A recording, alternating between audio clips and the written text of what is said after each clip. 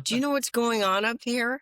This mind is a hamster trap. And then the second part is my thoughts are warped. Hello and welcome to Guidance and Recovery with your host, Keegan.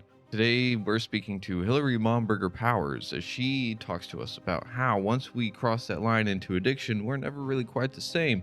She emphasizes that our minds are warped and we have to be able to take a good, hard look at ourselves to really make any change in the long run. So stick around, find out how she helps other people, and figure out if you need to work on your step one. What's one myth you like to bust whenever it comes to recovery? Gosh, one myth I would love to bust is I'm recovered.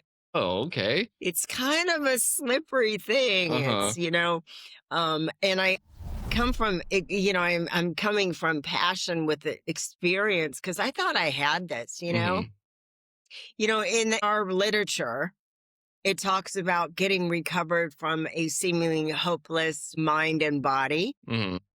but it's only half of it. I Mhm. can stop getting high or drinking or using whatever your flavor is. It doesn't Mhm. matter. I mean, someone said to me, "What did you get loaded on?" I said, "What did you have?" Yeah. I mean, it's like I'm an equal opportunist, right? Yeah. So it's like I didn't care. I just wanted another spirit in me because mine was pretty broken, and I found drugs and alcohol because it made me feel like I wasn't that girl that I hated so much. Oof. All of a Yeah. sudden it was like, because I hear people, they talk in their story, they say, and then I found drugs and alcohol and it was amazing. And I'm like, no, dude, I found drugs and alcohol and I felt finally I got away from Hillary. Yeah. That was it. Cause there was just, so much. But back to your original question, that word is I'm recovered. Today I go, well, good for you. I say, hi, my name is Hilary. I have alcoholism, not Mhm. wasm. Ooh. Because I think I'm recovered. I no Huh. longer need this thing. My life's got really good. All of a sudden, I'm like not getting high. I'm showering. I'm stabilizing myself. I get Mhm. a job. I'm in a community. Before it was like I was a loner. I hated myself. I was getting high, in the closet. Why? There's no one there. Who Wow. am I hiding from? Right? Yeah. Hillary, Yeah. and then all of a sudden I'm like, I get immersed in this and I feel productive. And, in our literature, it also talks about our ego has to be smashed in the beginning Mm. because there becomes my foundation to build a new character without reference from the old character. Mm. Yeah. That's what the steps do. It Huh. takes me away from that old character and I build a new one slowly. Yeah. Well, when I start getting better and I'm recovered and I got some money in my pocket and I Huh. got the guy or you got the girl or you're feeling good, you got a new car, you got new clothes. My ego is rebuilding itself like that. Yeah. My ego says, I got this. I'm not Mhm. sick anymore. Look at me. I got a house. Yeah. I got a girl. I got a guy. I got money in my pocket. I Mhm. got my teeth. I got new Yeah. teeth. All of a sudden, I got a haircut. Huh. And then it says I'm healed Yeah. Oof. because my mind powered disease Mhm. says I'm okay. So I encourage people I work with they're not allowed to say I know because then your mind closes. Huh. And I don't want you saying you're recovered because your mind is really sneaky and it's going to tell you you don't need this anymore. So that's my thing. It's like, I'd rather say I have alcoholism, not wasm. Yeah. It's not going anywhere Yeah. forever. Here I am. Thank you for helping bust that myth because it's one of those that I've always heard some people be like, well, I don't do it anymore. So it means that I'm better. And it's like, no, not necessarily, because we really do have to understand what drove us to that point, you know? Right. And I mean, it's one of the things that you said in there about the whole you would do whatever, you were an equal opportunist whenever it came to substances. I'm right there with you, but like my Yeah. alcohol was my thing, and Right. it was very much like someone asked before, like, what was your biggest trigger? And I was like, breathing. Right. Yeah. Right. But right? you said something that really hit me, and it was that you wanted another spirit inside of you because you were done dealing with Hillary as you knew Yeah. her. So, like, did that have anything to do with the whole voicing Sally Brown or like childhood experience being an actor of sorts? Well, yeah. I mean, it's a copulation. I think we all want a new spirit when we don't like the person that we've become, Mm, yeah. and being able to, for me, it was very clear. I grew up in this house where, when Mm, you only have two fears: loud noises and not getting fed. oof. That's Yeah. why I hear something loud, the infant screams, the mother does it screams to be, and that's that terror shriek. Mm, But, and then everything after that is given to me. Now, huh. when you're raised with alcoholic parents, Mm, you're raised in a ism family. There mm, was a lot of drinking. There was a lot of, cheating and lying and screaming and loud. It was just so chaotic growing up in this ecosystem. mm, Back in the 60s, that was a little taboo. yeah. They still had Leave It to Beaver happening. Mm, But, here I had this mother who was a total stone drunk, mm, had 7 kids, never wanted any. Little man. oxymoron. But she was an alcoholic, and women don't take care of themselves, and they think this will fix me, and this kid will take care of me, and that'll make me happy. Because Mm, she's sick and her uh-huh. ego's not satisfied. So she needs more and more and more. Mm, She has more kids, more money, more fights, more, just gimme, gimme, gimme. mhm. So as a young child, my mother said, "We're going to Hollywood and you're going to become famous." And I'm like, I don't know what that means. All I know is I'm 5 and 6 years old and Uh-huh. I just want to go play with my friends. Yeah. And she wishes me to Hollywood, and I just look like, I look like Shirley Temple, and I was Mm, that cute little kid mhm. that was bubbly and happy. Happy. I was happy, joyous, and free as a Mhm. child. Yeah. And all of a sudden, I get mom's fear, and you got to Mm. get this commercial. If you don't get it, your brothers and sisters are going to starve. And if I Oof. didn't get it, I'd get beaten. And if I didn't get Wow. it, you know, I was told that I was nothing without her. So, and Mm. she's a narcissist. If you know anything about them, they're, that's like an alcoholic on crack, a Yeah. narcissist, it's like Mhm. tenfold. Mhm. I mean, we're selfish and self-centered, but then you add like 10% up. So I was raised around this mother, so I immediately started to no longer be this little kid. I jumped into the fight or flight mode, Yeah. that live or die, good, bad duality, Mhm. good girl, bad girl, pretty, ugly, fat, skinny, all these, I gotta. So Mhm. I jumped from this calmness into my survival mode. Oh, man. And I never got out of it until years of my sobriety Oh. because I was still reacting in that I got to be good. I Mhm. got to be number one. So when you jump and you get triggered and you get into that trauma response, Mhm. mine went into I'm going to be a people pleaser. I Oof. want to do everything to make sure my outsides are safe so I can feel okay inside. Mhm. How we talking about, Chuck C wrote a book, New Pair of Glasses. Mhm. We have to see life differently. I needed to turn my funnel around, and I wasn't able to do that until I had some real long stabilizing. So I Mhm. could really look at my life and go, wow, I really am the creator of my madness. Oof. Ouch. Wow, it did when he says, did you not indeed set the ball rolling? I Mm. can really say I set 90% of my problems on fire. Oof. I did it. Yeah. Yeah. So when I learned to stabilize, but even as a kid, that I'm not enough, Mhm. we look at our fear list. It says, what's the fear? I'm not lovable. I'm not good enough. I'm not pretty enough. I'll never get Mhm. that became the fear drove me. Mm. So Man. I called out my original wound, Uh-huh. and we say in AA, driven by 100 forms of fear. Mm-hmm. It's scary to go deep down in your basement and look at your old stuff. It hurts too much. I don't want to go back there. I Mm-mm. want to run from it. I want to go. But unfortunately, those original wounds are the ones that are making all my choices today. Yeah. Oof. Yeah. you know? Yeah. So when I found drugs and alcohol, I was no longer the people pleaser. Then I moved into the other characteristic of trauma, which is I'm a loner. Mm. I'm gonna get high. Uh-huh. I'm gonna run away from home. That's a loner response. I'm out of here. I can't deal with you. F- you. And then I switched to the control side, which is nobody's gonna hurt me. I'm gonna hurt you first. Ooh. That's Ouch.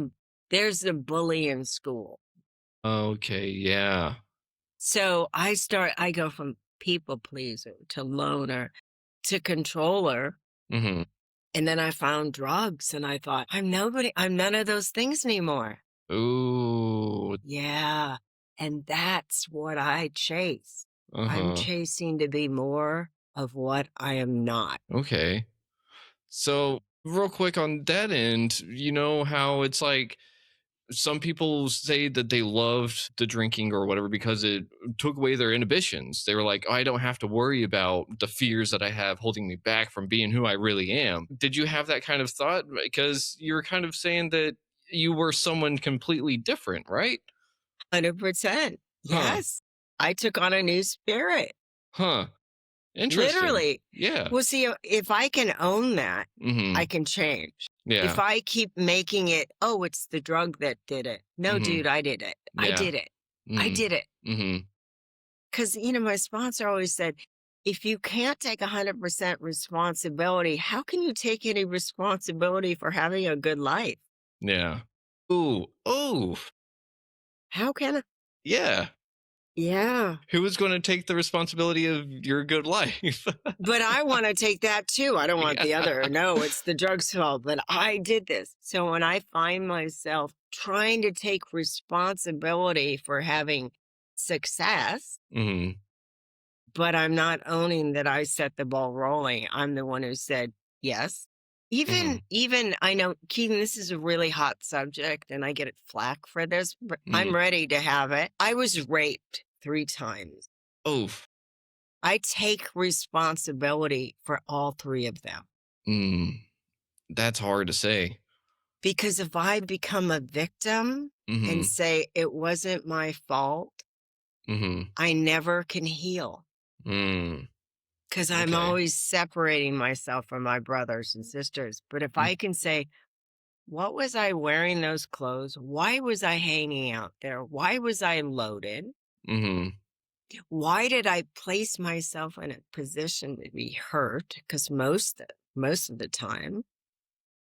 But if I can own it, I can shift. Okay. If I'm denying it, whatever I resist Mm-hmm. persists. Mm-hmm. Yep. So I will keep creating the same thing until I say, Uncle, it's my fault. Mm. Damn. That's what an inventory does. Yeah. It Yeah. makes me look at who I am as a character. Who Mm-hmm. am I? Yeah. I love when people say, and I say a lot of people go, that's not me. I'm not like that. I'm like, girl, hell no, girl. That is you. Uh-huh. You did it. Mm. I Oof. normally don't yell at people like that. You just did. Yeah. I'm Yeah. not a mean woman. Yeah. Yes, you are. Look at Yeah. your actions. Mm-hmm. Because isn't that what it is? It's my actions Mm-hmm. are my character, not my thoughts. Yeah. My thoughts are, I have alcoholism. Mm-hmm. In the first step, it says glass in hand in the 12 and 12 and page, I think it's 20, whatever. I'm not the best with that, but it says glass in hand. Mm-hmm. I've warped my mind. Mm. Yeah. So I had to look up what the word warped means. Ooh. It means deformed. Uh-huh. So you're telling me all I have to do is hold the glass. How Mhm. many times did you get the guy's number who Ooh, you were going to cop dope from? And you're like, ooh, I feel good. 5 o'clock. I got it. I don't yeah. even have to have it in my system. Yeah. Uh-huh. So if I look at glass in hand, I've Mhm. warped my mind. If you take a piece of wood and you Mhm. throw it into a lake Mhm. and let it sit there, what happens to the wood? It gets all wet and absorby. And up, right? Uh-huh. Yep. Does it Yep. ever go back to normal? No, not really. It can dry out, but it's always going to maintain that weird shape that it got. Bingo, there's my mind. There, I crossed over that invisible line. That means I'm no longer a straight piece of wood. Now I'm warped. So all my thinking, all my thoughts are Mhm. warped. Oof. And then I have all these memories of being hurt, being disappointed, my sadness, my mom, my dad, the school, the bully, the losing the money. My mom took all my money. She sent me to Mm. juvenile hall. I went to foster homes. I lived on the streets. I'm selling my body. I'm selling dope on the corner. Mm. And I got all these up here. This is where I'm making all my decisions. The same Uh, place all this hurt is, all these mm. memories, all Uh, this sadness, all this pain. yeah. But I've already learned how to pull. Remember, it says our alcoholism, we're cunning, baffling, and powerful. Mhm. You don't know who I'm gonna be. I'm so nice to you, and oh my God, how you doing? I'm great. Oh, I heard your parents are in jail. Oh, it's okay. I'm all right Mm. because I wore this mask to Mhm. protect my hurt brain, my Yeah. hurt mind. Yeah. And that sucks. Yeah, you're so cute. Well, this is who I am. Now Yeah. this is my character. And then you tell me to go out and get a job and have a great life and have kids and family and just do the American thing. I'm like, dude, do you know what's going on up here? This mind is a hamster trap. Mhm. Yeah, it's FUBAR. Yeah, it's over, same thoughts over and over and Mhm. over. And then you tell me to say I'm recovered? Hell. Mm-mm. Yeah. Oh, the only thing I'm not doing is I'm not sticking the drug in me. Yeah. Yeah. And I mean, that is a step in the right direction, but like you said, it's that wood is always going to be a little bit warped. And Always, yeah, always, forever, never, never again. yeah. It's really strange that you brought that up though, because I've had this in my head before and I haven't had someone else kind of bring it up to where it's like just calling someone or like having it around would kind of solve that problem. But whenever I started getting Hmm. sick or like, getting the shakes and be like, Dope oh, sick. Yeah. yeah, it's Oh, yeah. like as soon as I walked into the liquor store and I got it in my hand, gone. Dude, gone. Yeah, just gone. Right? Not even in me. Just pick up the bottle and it's like, okay, Well, that's so what I said. weird. I don't need to get high to get fixed. Mm-mm. That's why when I get sober, Mm-hmm. meaning I'm not putting a drug in me, Mm-hmm. I start switching my addictions to men, Mm. to money, Uh-huh. to vaping. Yeah. Hello? Yeah. Right? Uh-huh. To stealing, to Mm-hmm. lying, to Mm-hmm. cheating, to making money, to stealing money, to accumulating, thrift shopping. I don't give a Mm-hmm. because my disease, it doesn't want to stabilize. It still wants to run the show. Mm-hmm. And it doesn't do it forever. It just does it in the day I'm in. Ooh. Yeah. Ooh. I love that. So what do I need? I need Huh. to get a really big relationship with this power other than Hillary, because my power comes from my hurt mind, my anger, my resentments. I need to tap into this power to be with me, not just in the morning and say, I did my prayers. I did step 1, 2, and 3. I can't, he can, I'm going to let him. Dude, if that was it, why are you going to, why you going to therapy or AA? Yeah. Good point. I need to tap into this power I call God Mm-hmm. all day long Yeah. because I think with my warped mind all day mom. So I say things like, God, my mind is telling me I should just blow their house up. Can you help me with that thought? Do you think that's because my mind says it's a great idea? Uh-huh. Yeah. Nope. Yeah. Don't call him, scratch his car, blow. I don't care what you do, whatever, if you're a girl or a guy, go Uh-huh. cheat on her, find a new woman, you know, Yeah. whatever. Mhm. All my information's in this mind that I keep using. I got to get a power other than me. Yeah. Yeah. And I mean, it's hard whenever you don't know anything else, and it sounds like a lot of the childhood wounds, like you said, were kind of driving the show. And 100%. it's Yeah. really hard to kind of picture life what it's like without those wounds. So you had to start thinking but not thinking, right? Mm-hmm. But I love the saying, I'm like, my girlfriend say, Hillary, you're not thinking, you're being thunk right now. Being thunk, huh? Yeah, it's my mind's doing it to me. I'm like, I Huh. was thinking, no, you weren't. You were being thunk. It was telling you what to think, what to feel, who to do, what to act. Yeah. Huh. But see, I also, because my alcoholism, a part of the characteristic is, there's two huge characteristics of alcoholism. I'm omnipotent. I think I'm God. I'm like, I'm the judge, the jury. I'm going to let you know how bad you are because I know, I Mhm. know, I Yeah. know. Hmm. That's why I have my girls say, you can't say I know anymore. And then the other component is I'm defiant. Hmm. I'm Okay. so defiant, meaning I'm defying the truth. Hmm. Yeah, but I'm different. Yeah, not Mhm. me. So I have these major characteristics. What's that old saying? You know how you say he's a bad character? Uh-huh. Why? Because he's defiant and he thinks he's God. Hmm. That's me. That's me. But that's my disease trying to protect itself so I don't Mhm. leave it. Yeah.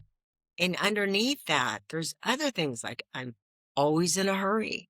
Mhm. Queen Majesty the baby. I'm like the 5-year-old in Walmart that has the tantrum. I mean, it's cute at 2 and 3, but not when you're in your 60s. Not hot, okay? But my mind wants to go there because Huh. that's my first defense Yeah. against, not against the first drink. Mhm. It's my first defense to stay up Oof. here. Okay. And then, so if I look at in a hurry, fault finder by nature, I can Mhm. find something wrong in anything. Yeah, I I feel can you. I can pick it apart. I can let you know what's wrong with you. And then I do it. Oh, I'm just trying to, it's constructive criticism. No, it's mean. It's mean because I'm trying to make you feel bad. So what? I feel better. Yeah. Oof. So if I look at that, I'm in a hurry. Mhm. I want to get better right now, right now, right now. Are we there yet? Are we there yet? Are we there yet? Like the kid wanting to go to the park. Are we there yet? Are we there yet? I want that with my sobriety too, Yeah. but Yeah. it's called Slowbriety. Ooh, Slowbriety. I don't I think don't I've know heard how to, that. I don't want to slow down. Huh. I want to be better now, Mhm. now. I Yeah. want it now. That's why when your sponsor says to you, yeah, dude, easy does it. Slow down. You're like, no, I got to get better. I want to get this podcast over here right now, right now, right now. That's alcoholism, Yeah. Yep. not wasm. It didn't go away. It's still with you. Yeah. I mean, you're hitting a really good point right there because a lot of people that are getting into recovery or sobriety of any Mm. sorts, it's like if they don't get better, quote unquote, now, then the future may never be better. But it's also like the past isn't going to magically fix itself just because you're 24 hours like sober all of a sudden. How do you help people transform their thought process from like, I've got to get it now to it's coming eventually? How about one day at a time, one thought at a time, 1 second at a time? That's where it's great to get somebody that you believe that, Hmm. like, let's say you have a relationship like your sponsor, right? Mhm. You have somebody you can talk freely and just say, dude, I was thinking. And of course, they always say, I knew it. I smelled something burning. But I was thinking that I should, they're in rehab. I really need to get my own apartment and that'll make me happy. Yeah. And it's learning how to bring someone else in your recovery and your illness Mhm. Okay. because we just want the recovery side. We have Mhm. to expose the disease so it can die in the light. Mm. Yeah. Oof. That makes me think of like an infection of sorts, you know? If I had a petri dish, right, Mhm. and I had the top on it, Uh-huh. that's an organism. I need to, in order for me to keep it sick and keep it growing, I have to keep it covered. That's Mhm. like my secrets. Mhm. Those are my thoughts. What I'm gonna do if I don't run it by somebody, Uh-huh. but my mind says when I get out of this rehab, dude, I got this. I'm gonna have 30 days sober and I'm gonna be good. No, you're just gonna be 30 days sober and you're just gonna start waking up, FYI. Yep. But when I expose these thoughts, Mhm. it takes the power away. Mm. Interesting. It's like when I have an idea, I Uh-huh. don't want anyone to know because if I expose it, I may take the risk of them saying, what the are you doing? You want to what? Get Uh-huh. an apartment?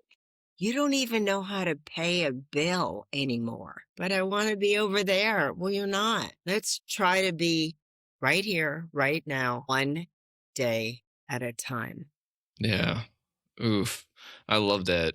And it kind of reminds me of one of the sayings that we had in the rehab I was at, and it was stay in position. We never know what's coming our way, and we want change very quickly. And sometimes we just can't have it happen that way. It's really hard to go from like being so messed up to getting that little bit of sobriety and still realizing that I'm still messed up a little bit. Yeah, that's the ego crush. That's how Hmm. the ego, that's why it says when we get sober, our ego has to be smashed. Because Yeah. what's the job of an ego? It's edging God out, right? Ooh. Yeah. So the ego's job is to be God. I'm Ooh. amazing. I'm hot. I'm incredible. But unfortunately, when we say an alcoholic is um, like Dr. Jekyll and Mr. Hyde. That Mhm. means the flip side is I'm a piece of I hate myself. So Mhm. here I am, this pendulum that goes, the mood swings. Yeah. How do you feel? Great. 2 hours later, I can't get anything done. So here I am. I'm living on Hillary, my Mhm. ego, Uh-huh. because I haven't tapped into a power greater than me Uh-huh. to slow me down. Uh-huh. And remember when I said the characteristic is King Majesty the baby, Yeah. infantile ego? Mm. That's like I have the ego of like an infant. Mm. And what do I want? I want to be fed. I want to be held. If not, what do? Scream and cry. That's Oof. me Mhm. as an adult. Yeah. Not great. No. So you stop getting high after Mhm. 30 days. That's why they call us babies when my sponsor, how many babies do you have? They're talking about we're like infants. We're just learning. We don't even know how to walk. Essentially, yeah. Yeah. And I mean, it's really hard to work the 12 steps, you know? And so that's why you need to have a sponsor. You need to have someone that's been through it. It's kind of like you don't go climb Mount Everest all by yourself. No. Right. True. That's good. That's a good point. Or an oxygen mask. Hello. Yeah. On that note, real quick, what step is your favorite step if you had to choose one? I think I talk a lot about the first step because Mm-hmm. I talk about the glass in hand, I warped my mind. Mm-hmm. And I don't think it's talked about. When I was at my home group in Los Angeles, that's all we talked about is Hmm. the mind-powered disease. Huh. How this is my problem. The drink cured it. It shut it up. It knocked me down. It shut my thoughts down. It made me a different person. I was no longer Hillary. Mm-hmm. But unfortunately, when we come in, we think that this is my belief and whatever. It works for me. I'm sober a long time because I really like picking it apart. Yeah. Is the first step is, it's like going into the circus. The guy opens the door and says, "Welcome to Alcoholics Anonymous." And he takes my ticket that says, "I'm an alcoholic." And then it says, "We admitted," meaning we all have the same going on, that we Mm. were powerless. That means once I start, I can't stop. Mm. Drugs and alcohol, let's say alcohol. Mm-hmm. And there's a dash that means there's more to this sentence. And there's another thought that comes with it. Huh. And it says that my life is unmanageable. Mm-hmm. Everyone goes, "Well, yeah, I got a DUI, I got 5150, I got Brady Act. That's not, my wife left, I lost my car, I Mm-hmm. crashed it." That's not what I'm talking about. Nuh-uh. It says my life was unmanageable. Mm. My thought life is Ooh. unmanageable. Ooh. I can't stop myself from thinking. Uh-huh. I can't manage my thoughts. My Yeah. thoughts are unmanageable. Yeah. Because every single decision I made got me the car crash, got me the DUI, got me the 5150, got me to lose my husband, got me to lose my wife, got me to get my kids taken away. Mm-hmm. Where did it start? In my mind. Yeah. So that's really my problem. Huh. So it's physically, once I start, I can't stop. The Mhm. phenomena of a craving keeps happening and happening. And then the second part is my thoughts are warped. Mm. Mhm. So I no longer think normally. Oof. Yeah. I'm not And normal. yeah, and that's hard to come to terms with, I think that that's why step 1 is so hard for a lot of people.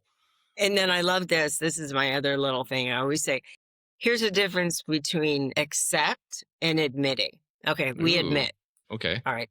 Uh-huh. What's admit mean? All right. So you're broke. You Uh-huh. can't pay your bills. Uh-huh. You could admit you're broke, right? Yeah. Okay. You know what accept means? To say that I brought this upon myself? Get a job. I was about to say that too. You're working. That tells me you've accepted you're broke because you got a job. Mm. I just want to admit it and whine about it. I'm an alcoholic. Everything's bad. I don't know why I can't get a job. Mhm. And I can't stay sober. It's because the rehab and, they told Mhm. me if I got high again, I could stay. So I got high. Oh my God, that kid's so Oh. crazy. Yeah. Insurance when it comes to that. But Mhm. so admitting and accepting, when you accept it, you get a job. You're Mhm. working. That's the difference between admit and accept. Saying you're broke and working.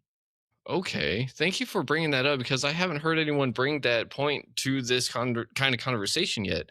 And I think it's a Mm, really powerful one because kind of like what you were saying, whenever some people, and this is a terrible mindset, like the rehab I went to, a lot of people called it like home. They said, I feel like I'm at home here. my God. And Right. I was like, this is not good. Like it was my first rehab, hopefully the only one I'll ever go to. But the thing is that it was like, I could tell it was not good because a lot of the guys that were in there were like their second, third, fifth time and stuff. And I was like, why do you keep doing this? And they're like, because I know if I relapse, I have a safe place to go. And I was like, that's not a good mindset because it's Right. keeping you in this cycle.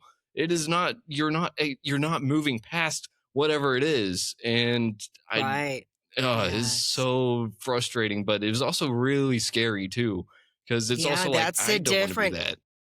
That's the difference between admitting and accepting. Mm, okay. I have a girl that I sponsor that I call her 41. Ooh, okay. Why? Guess Yeah. why? Uh, 41 rehabs. damn. Holy cow. What the? And I just started sponsoring her 5 months ago. Huh. And this is what I teach her. I say, you have a mind powered disease that speaks to you in your voice Mm with authority hmm. Mm that hmm. tells you you're recovered. You got this. I don't need this. Mm hmm. Your mind is warped. Yeah. Oof. You are admitting it, but you're not accepting it. And I got to tell you, the lights went on. She Ooh. said, "Why don't they teach me this in rehab?" I said, "Because you're a great return product. Yeah. They don't want to teach you too much because guess what? Mm-hmm. Then you You get don't better. need them." Mm-hmm. Yeah, Yep. that's what it's designed to do. They're designed to fail. I'm Mm-hmm. sorry. Nope. Shoot me now. I don't give a shit. You can't Nope. kill me. I'm already dead. So it's great. Yeah. You already, I'm not, yeah. Yeah. No. Yeah, they're designed to Mm-hmm. keep you sick. Yep. They want you to keep coming back. No, no, no. We keep coming back to AA, not Mhm. rehab. Yeah. I'm right there with you. I agree 100%. And a few of the people that I've spoke Mm, to that are the more professional doctorate kind of people, they've even said, like, you have to be there for a little bit longer than what they're actually scheduled for before anything actually starts to take place inside the head. It sounds like 41 is hopefully getting some she's actual, so, it's so great. I got to tell you, that's the reason I'm alive, I think. yeah. Because I see the lights go on and I go, thank you. I have a Hmm. sign in my bathroom that says, "God, who would you like me to serve today?" And Yeah. that's how I start my day. I'm like, who do you want me to help today? Who do you want me to be of service to? Yeah. Who can I give your word to instead of mine? Mine. Yeah. That's that whole cycling. It's like it's really easy to be a monk. It really is. It's really great to be a Buddhist monk. Oh my God, they don't have to deal with anything. So when I said I took on a new spirit, Hmm. and I love that spirit. I didn't want to be Hillary anymore because I had all these resentment, anger, fears, Hmm. all this disappointments in my mind. And when I got high, I didn't think about them. Mhm, So now that my rescuer, my spirit that rescued me, mhm, turned on me, mm, and now you tell me I can't have it anymore. yeah, And I have ish, to admit I can't, that it's killing me. mhm, I really don't want to die, but I don't know how to live. yeah, And then you put me in an institution, mhm, jails, institution. Your next bet, Keegan, is death. yep, If you haven't been to jail yet, I've been to jail. I never mhm, went to rehab. ooh, nice. Yeah, it doesn't mean I want to. No, don't. I was like the first halfway house mother at the first rehab in 1984. Okay. Promises. Yeah, that was the first rehab in Los Angeles. Oh, wow. In the 80s, yeah. I mean, Huh, everybody got their outline how to do the rehabs, but and hmm, big pharma kicked in, so that screwed that whole package up. Don't even start me. nope, no, I Yeah, won't. I'm anti. Uh-huh, Yeah, we don't need that. That's the thing. We think if pill will fix it, you need to be on meds. No, you don't, babe. You need to be on some steps and some God. Okay, but so then you take my spirits away. uh-huh, And I'm in this little environment that everybody cushions everybody. Are you mhm, okay? What can I do? Oh my God, process it. Let's EMDR. Let's go for a hike. What happens when you say, I don't give a shit. You have to be at work in 2 hours. mhm, I don't care. My boss doesn't care that I'm feeling bad. You got to be on time. That my landlord doesn't hear, I'm having a rough month. He says, where's my money? yeah, And then I'm supposed to not use this spirit, but how can I go back to my old spirit unless I heal it? mhm, And oof, that's what the steps are designed to do, yeah, to uncover, discover, and discard your old so ooh, you can have a new life. mhm, The first 6 steps are your old life. ooh, 7 through 12 are huh, the new character built without resemblance of the old life. ooh, I've never heard it put that way before. That's really interesting, and you're right. So the sixth step is become entirely ready to have God remove these Uh-huh. defects meaning characteristics. Sixth step is stop doing what you're doing. Yeah, It's not working. yeah, What's the seventh step? Start doing what you're supposed to. And then if you're a thief, mhm, there's your character defect, or you're a liar, or you're a cheater, or you're Mhm. whatever. Mm. What's the flip side? I tell the truth. Mhm. And you I give. don't cheat. Huh? I show up. Uh-huh. Now, 7 through 12, I start building a new character. Mhm. And Yeah. then that character gets stronger and stronger. And by the 12th step, I get to show you guys, Mhm. look at this new character I am. Yeah. Let me help you go through the steps. Let me show you how to have a new life, Mhm. have a new experience, how to be happy, joyous, and free. Yeah. And Those are the steps. yeah. Yeah. And I mean, it's crazy because I think one of the things a lot of people still have to deal with, and probably myself included, is depending on the childhood wounds, of course, of the person, is Mhm. I'm still looking for acceptance of some sorts. And it's like you still have to find that acceptance within yourself, right?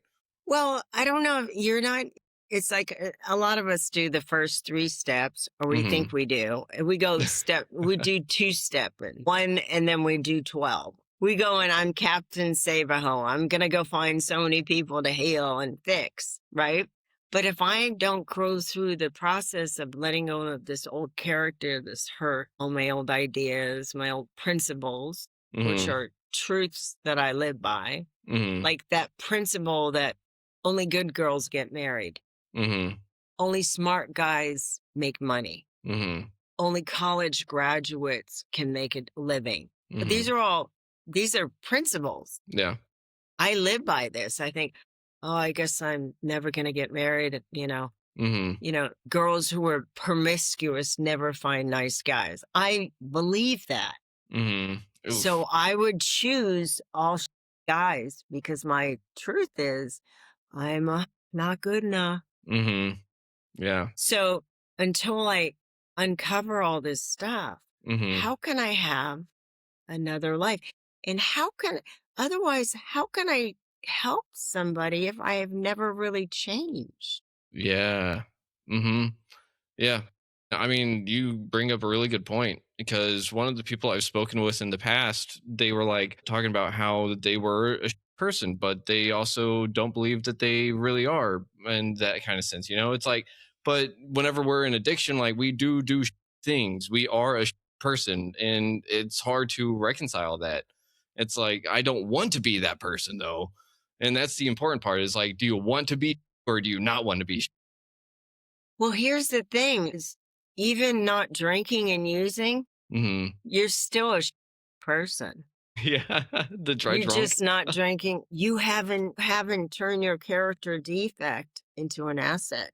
Mm, That's what the 7 step does. mhm, You're no longer what's the other side of the coin? You're a good person. And I don't want to be a good person if I haven't really looked at my character. I got to not want it. mhm, I got to ask God. I got to beg God, help me. mhm. Change me, please. Yep. I don't like this woman anymore. Show me who I am so I can do something different. Mhm. But if Yeah. you do, 1, 2, 3, go help somebody. I always say you're feeding them the disease. You're not feeding them solutions. Mhm. Yeah. You're not sharing the message. You're sharing your mess with them. Ooh. Yeah. That reminds me of something that Colonel Lewis at the rehab would always say. He would say that misery doesn't just want company; it requires company. And Yes. yeah, Yeah. the first time I heard that, it blew my mind. I was like, "Oh, he's so right. It does require company. You can't be miserable if you're alone. I mean, you can, Yeah. but if you're around other people, you'll drag them down with you, which is why it's so, Percent. yeah, then that's why I had to tell some people, like, I know you want to go and help your friends that are still in the shit or whatever, but it's easier to drag you down than you pull them up." Back in the day, they used to do 12-step calls. And I remember Mhm. in the 80s, we used to go, they would call central office and they would say, I need someone to help me. And they would always send 2 to 3 people Mhm. Ooh, that's smart. because when you only went with one, they usually got loaded with them. Yeah. Mhm. I see, I didn't even know about that. Yeah, they I've always sent 2 to 3 people. You never went to an AA. And huh. now we go in and we're like, "Oh, my friend's getting high. What's he getting high on? Fentanyl. I'm going to go help him." Mm, dude, stay away. yeah. They will drag. It's like quicksand. You're putting your hand out, they're going to pull you in, baby. Yep. Hold on. Yeah, it's scary. It really is. And Hmm. I mean, I just realized the time. We're almost at this end of this Oh, episode. sorry. So no, you're fine.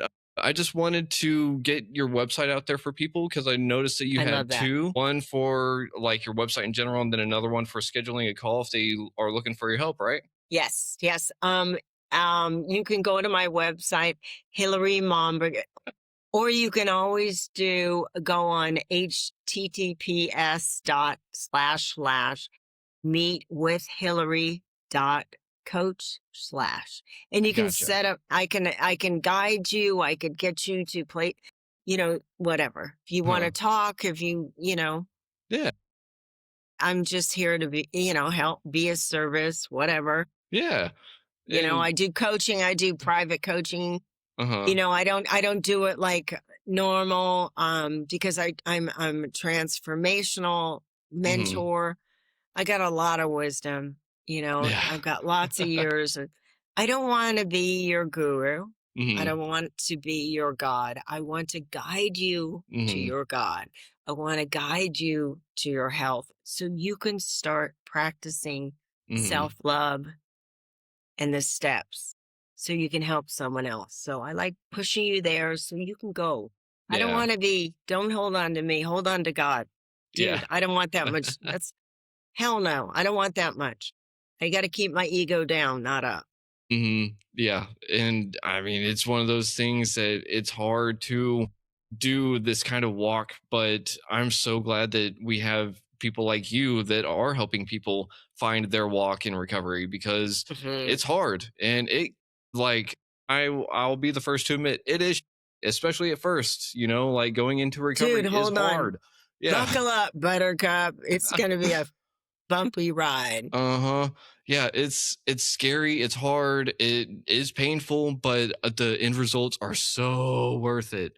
And one of the things that I had someone ask me before was like, what would you go and tell yourself back in the past or whatever? And it was like, sorry you have to go through this, but there's nothing I can tell you that's going to make you avoid any of it. I had to learn by touching the hot stove, you know?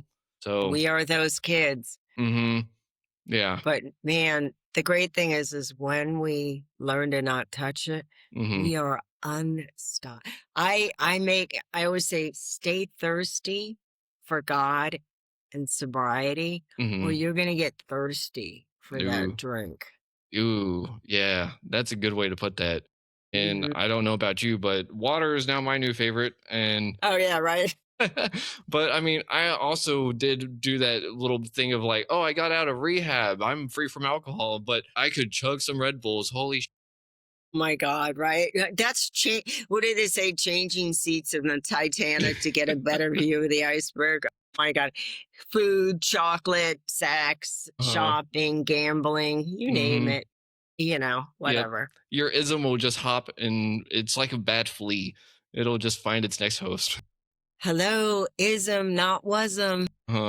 Yep. But before we end this, do you have anything that you want to let the audience know for like just what can they do for themselves along their either sobriety journey, recovery journey, healing, whatever it may be that they're trying to get out of the dark from? God, there's so many things I would say, I want you to know that you're not what you've done. Ooh. Those were just reactions of what's going on inside. I want someone else to heal me and fix me, but it's really my job. And the greatest thing is I got to go inside to heal myself. What is also inside of me is God. Mm. Yeah. God's not out there. It's not in a church or a mosque. God's right in here. That's my inner source that we talk about. Hmm. Have that conversation. Say things like, God, I don't know who you are, what you are, but can you please help me? That's the greatest prayer ever said, is help me. So Mm. I suggest pray to something other than you, not the dude, not the money, not the. Sit in that quiet moment and say, God, please help me, and watch magic happen. Ooh, That's some powerful stuff. And I wish I had heard that a long time ago. I hope everyone out there has gotten just as much out of it. And do you think that we could see you on in the future at some point, Hillary? Uh, yeah, sure. Yeah, bring me back. I'd Awesome. love to talk again. That would be great. I mean, give me questions. Yeah. I love it. Yeah, Yeah. I love feeling as if I'm adding to the world instead of taking from it. Yeah, I'm right there with you. And these kind of conversations are what's going to help people through whatever journey they may be going through, and maybe Mhm. being inspiring enough to help someone take that scary plunge into the dark Yeah. depths. So, with that being said, thank you for listening to Guidance in Recovery on WDJY 99.1 FM. And as always, try to love yourself, love others if you can, but you got to try to love yourself first. Try to be your favorite version of yourself today. And if you need help, text 741-741 if you're having a mental health crisis, or you can dial 988 if you need to get on the phone. Much love. Shalom. Bye.